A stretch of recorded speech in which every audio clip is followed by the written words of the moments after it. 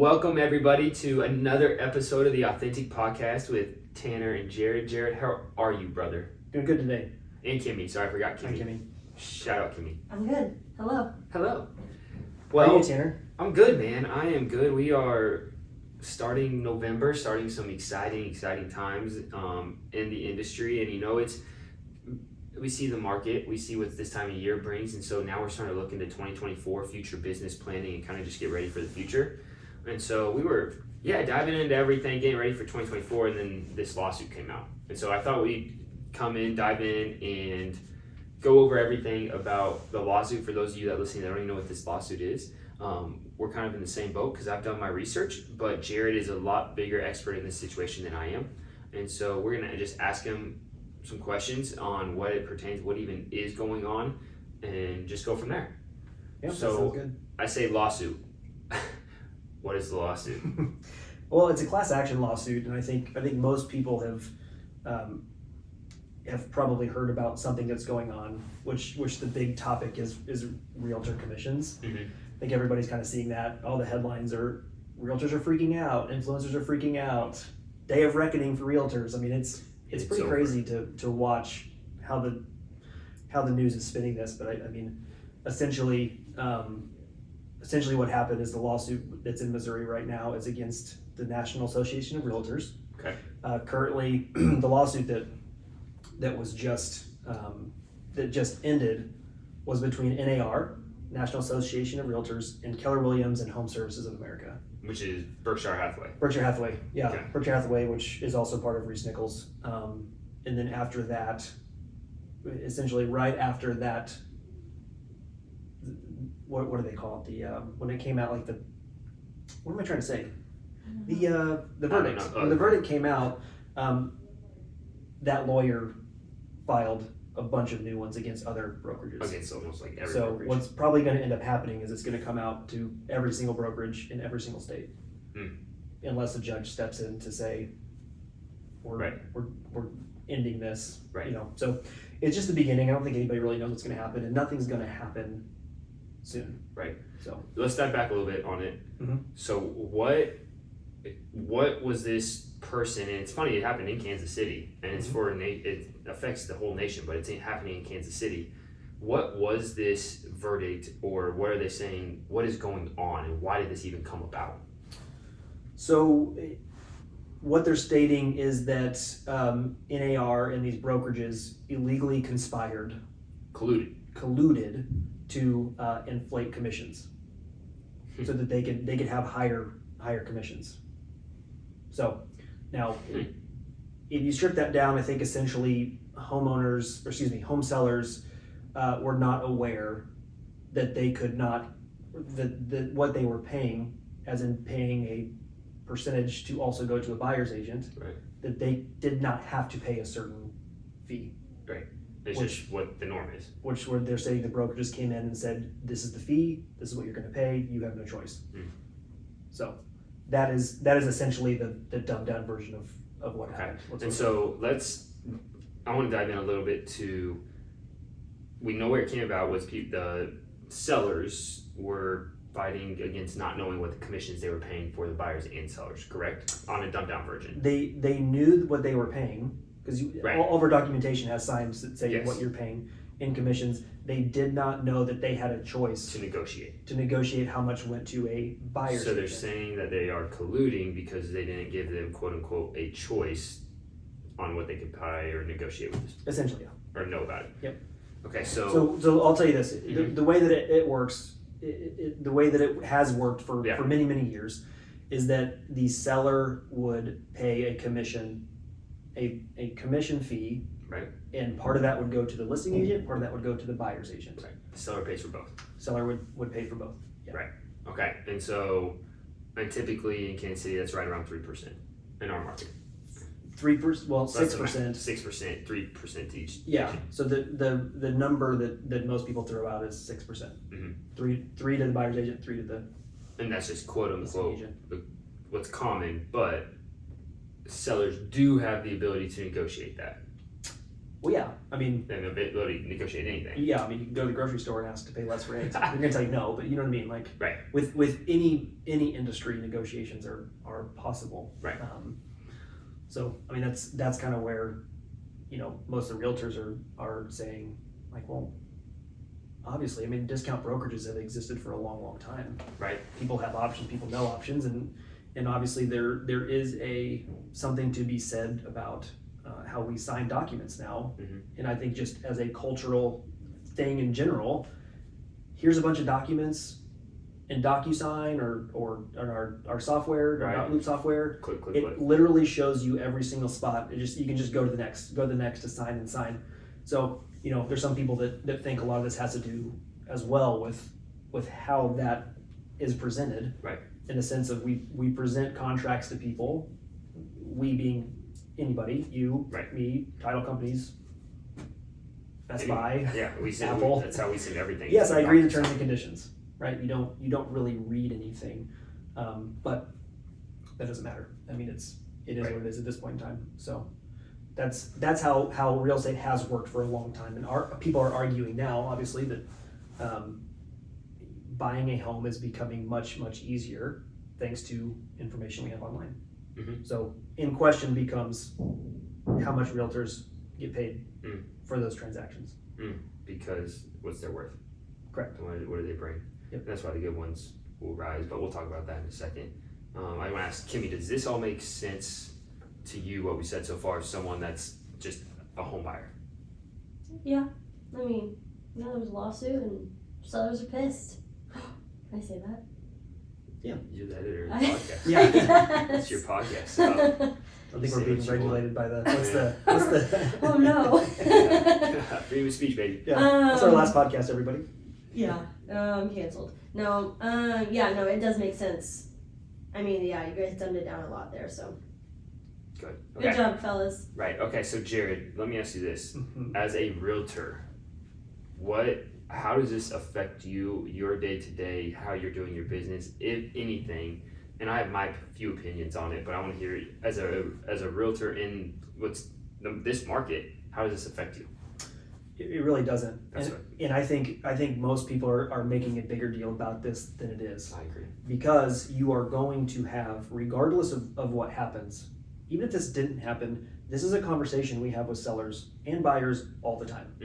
And I even have in how I present to my buyers, I even tell them, this is the cost of working with me as a buyer. Now, most of the time, sellers are going to offer that. For bringing a willing and able buyer, the seller is saying, here's a percentage of the purchase price for you as a buyer's agent to come and bring us a willing, able buyer and get them through the process so we can close our home. That's kind of the mindset of how these commissions have worked. Mm-hmm. At least that's what I believe. Right. But even in some of the documentations that I send my buyers, I say if the seller is not willing to pay that side of my commission, that will fall on you, and we will have that conversation. And I spell that out very specifically to my clients, and that's been a thing I've done for many, many years. And I just give them that expectation. There may be times that we run into an issue or run into a seller that's not willing to pay my full commission. If we do, I will let you know what happens, how that happens, how much you might owe, and what your options are.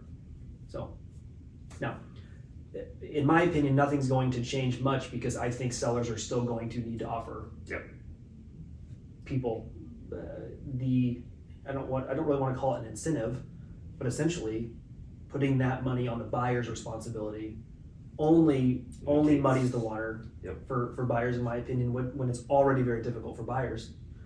Now, if you have a home buyer and you say, hey, let's say we're 4 years down the road and this all changes and sellers you can't cooperate commissions, and then somebody wants to come buy a house, I said, oh, great, you need this for a down payment, you need this for inspections, you need this for your appraisals, you need this, oh, and by the way, you also need an extra 3% to pay, then that's gonna pull somebody out of homeownership. A lot of those first time home buyers that we deal with, they are rather getting gifts, have an exact amount in their savings account that they're saving, where if you add 3% to that, when the minimum down payment itself is 3%, makes a big difference for the buyer pool, which is just like you said, what would you rather, as a seller, pay 3% and have 5 offers, or have 1 offer that qualifies? So I think you're right. I kind of agree with you too that this is very early stages of this lawsuit too, where it's like all these companies have money. Like, I feel like this is gonna get fought to the Supreme Court, be 3 to 5 years before an actual decision is made. Yeah. And so we will have plenty of time of this sorting out. This is just, it finally got caught up to the news. Yeah. And two, I mean, and some people make the argument, which I agree with. People say, well, it's a lot easier for us to find a house. And buyers are coming out and saying, well, my realtor, all they did is they unlocked a door for me. Said, oh, do you want to buy it? Great, let's go. Well, you picked a bad agent. Yeah, exactly. Right? That's gonna be my next question for you. I mean, it's true. It has gotten easier and easier for buyers to see homes. That is absolutely true. Back in the old days with the books and everything, really only realtors had access to that. Now it's much, much easier. But I've even said on this podcast before, I've said it to all my clients, that's not my value. Right. You're not hiring me to open a door for you, because anybody can do that for me. Once you go under contract, to help you protect the money that you're going to invest in this home, the place that you're going to, my expertise in that field, my expertise in getting you through the process correctly, my expertise in getting you into something that you can really resell for more money and build wealth, that's my value. Now, in my opinion, it being easier to do that is no different than WebMD. What we can now go diagnose ourselves, or at least look at our ailments online, right? But we still go to a professional to diagnose and treat. And that's kind of how I view real estate, because what we do is the stuff that you can't do just by looking at the internet for 12 seconds. Yeah, you look at Zillow and you're gonna get something pop up and you're like, oh, I'm gonna go do this, I'm gonna go see this house. Great. You're gonna go to an open house with the selling agent, the listing agent on it, and you're not gonna know anything about foundations or anything about sewer lines or anything about the history of the house or how do you write a contract. Right. And so, yeah, good luck. That's all I'll say. And it's no different too. I mean, I think obviously you can look up how to write a contract. You can have contract stuff available to you online. It doesn't necessarily put you in the best possible position. Correct. And I think most people will understand that. Most people don't want to do that on their own. And the people that do, it's good on them. I think I was thinking about you the other day, because you work out at Planet Fitness, baby. Planet Fitness. Tanner. Shout out PF. Right. PF fam. $10 a month. $10 a month. Tanner makes that choice because you have some knowledge, you have some history in the athletic field, right? And you know what to do. So for you, paying $10 a month to go work out on your own, you will see results because you have that knowledge. Me, I pay a premium to have somebody tell me what to do, and I go and work out with them. Analogy. Right. So in that situation, there are going to be some people that are equipped to go buy a home themselves, and that's fantastic. Most people aren't. I could go pay $10. I'll use another example because it just happened to me this week. I pay a premium to get my hair cut by somebody that's very, very talented. And I'm currently in the stages of growing my hair out. Ooh. Right? Pretty boy. And so what I did is I went and I was like, I don't need a full hair. I just need a trim so I look presentable. Yeah.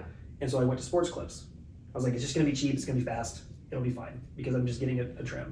You didn't like it, did you? Oh my God, it was like, I got gouged. So you can even see, she chopped my sideburns off. I have one cut down at an angle and one cut, you see this? Yeah. But she didn't care. I was walking the door and I was a transaction. Whereas I could have paid extra money to go to my person and looked better. Unfortunately, this is what happened. So that's why we have backwards hat, Jared. Yes, that's why I'm wearing a hat. Hat looks great though. Thank you. This way, It's a Kyle Blake Holmes hat. Hey. Shout out Kyle Blake. Shout out Kyle Blake No, I Holmes. like it. That's terrible. Yeah, but I paid No the offense. price, right? Hey. You paid the price. Yes, and I think that's what we're going to run into is it's going to sound really great, like, oh my gosh, I can save all this money. Well, maybe. Right. But are you going to get injured because you're working out at Planet Fitness without a plan? Are you going to get a bad haircut because you just wanted to go with the cheap option? I think we use these small examples, that's going to be highly, highly elevated. That's so true. It's just the same as, this is another example that I was thinking of when this lawsuit came. People hire financial advisors. And we just got a class that's like, everyone has a financial advisor. And it's so smart. Like I went to college, got my MBA in investments, finance investments. I love that stuff. I'm a nerd when it comes to investments.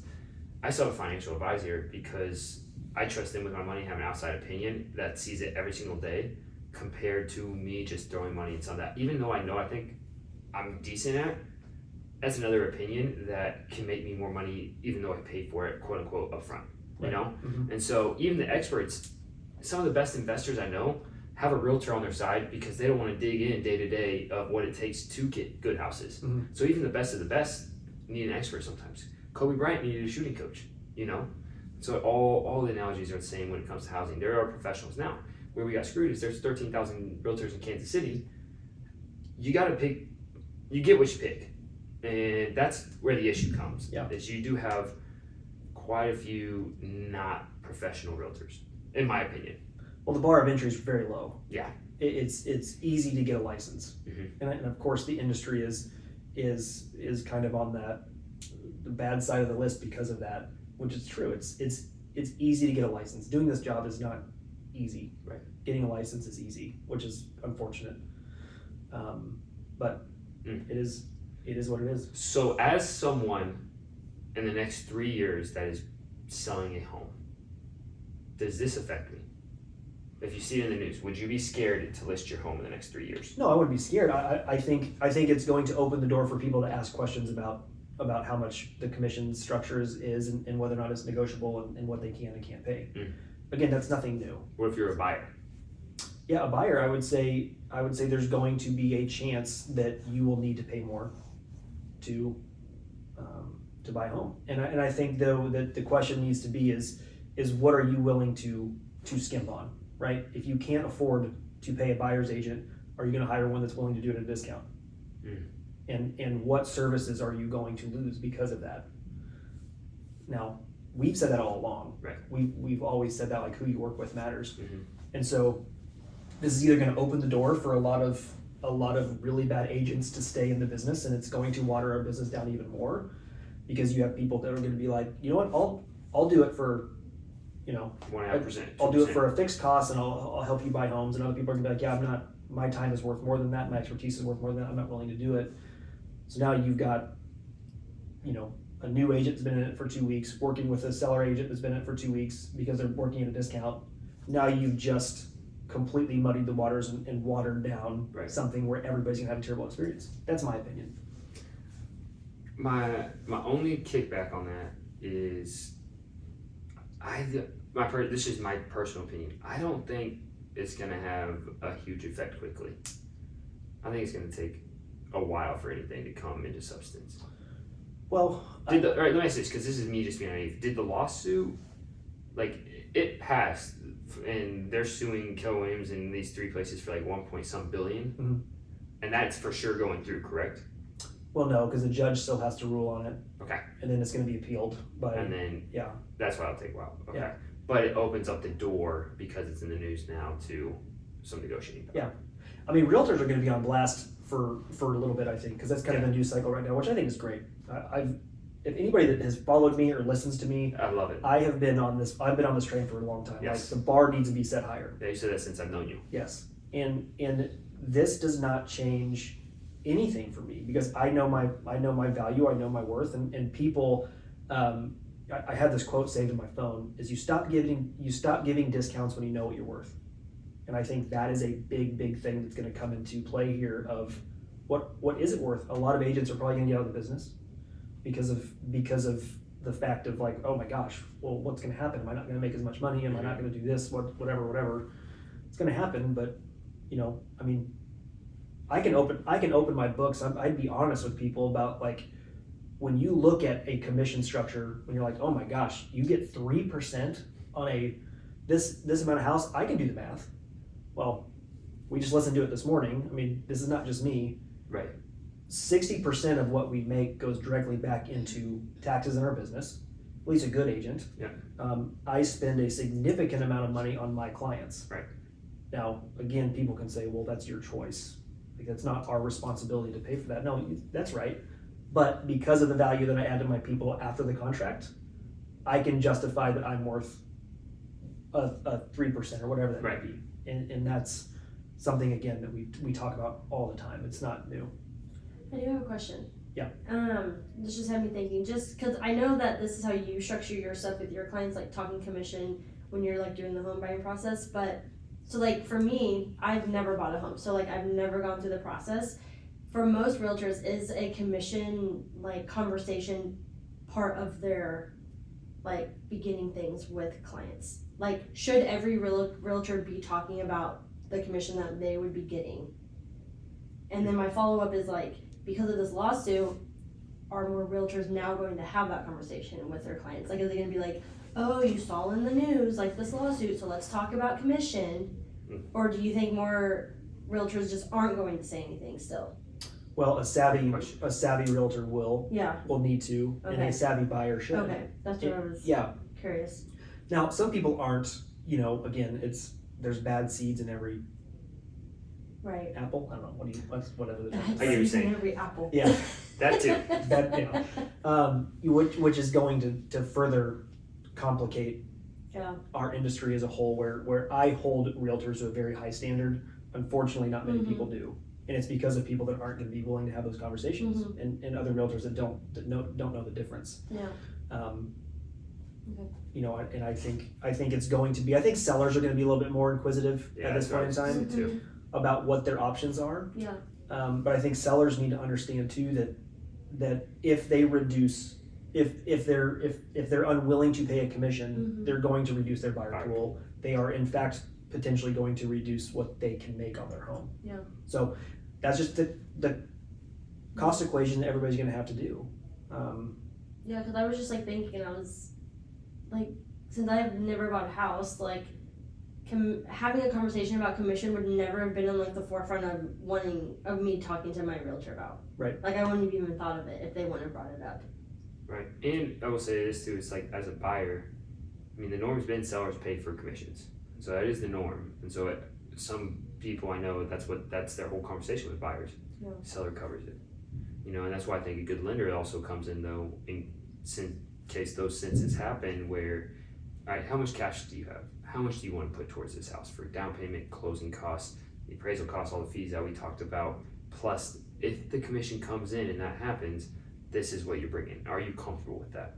And I think that's where you need to have a good lender and agent that communicate and pair, because if all of a sudden you're stuck paying just 1% even of the buyer's agent commission, it could make a difference in what you're doing, And so that's where it is very valuable as a lender, even coming in as an agent, to talk about that piece, because they're the ones who need to know what the cash to close is for a buyer.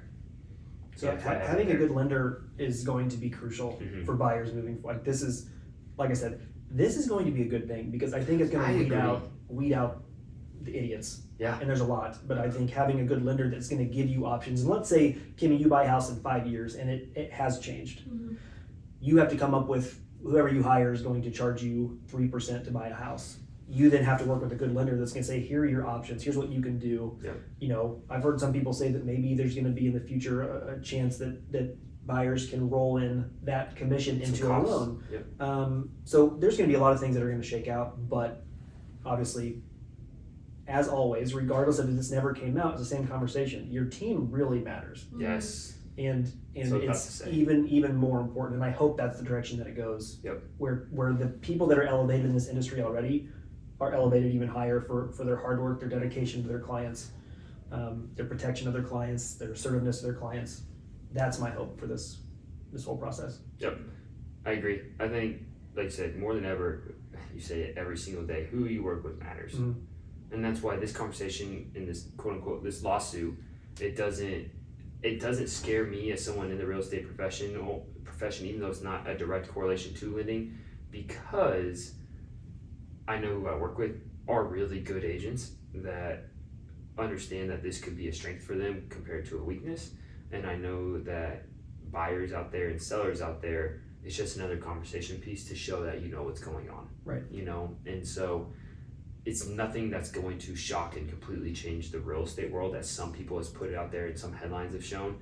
That's not it. It's not going to happen. It's just going to be an adjustment if anything ever comes about, and there's going to be time before something comes about.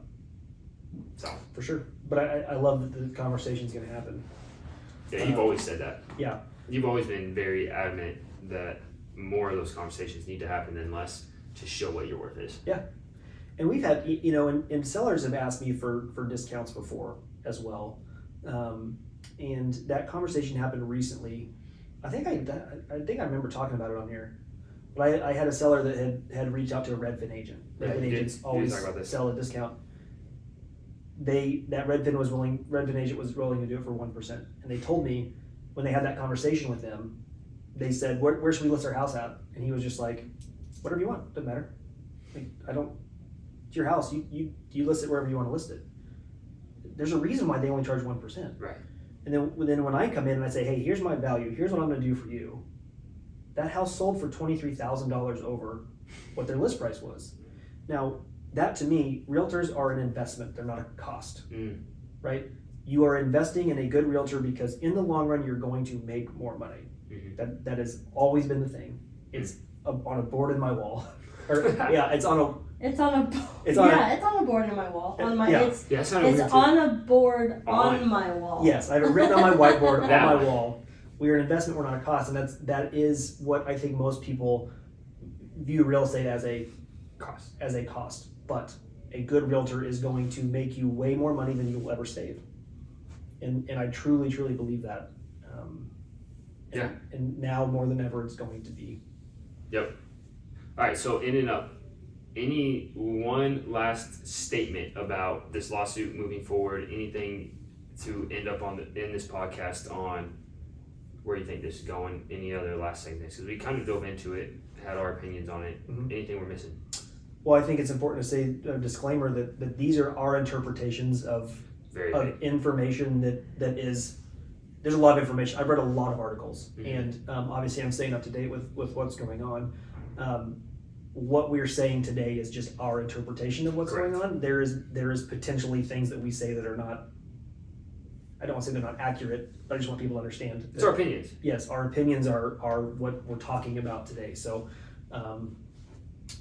that is important to disclaim before we end the podcast.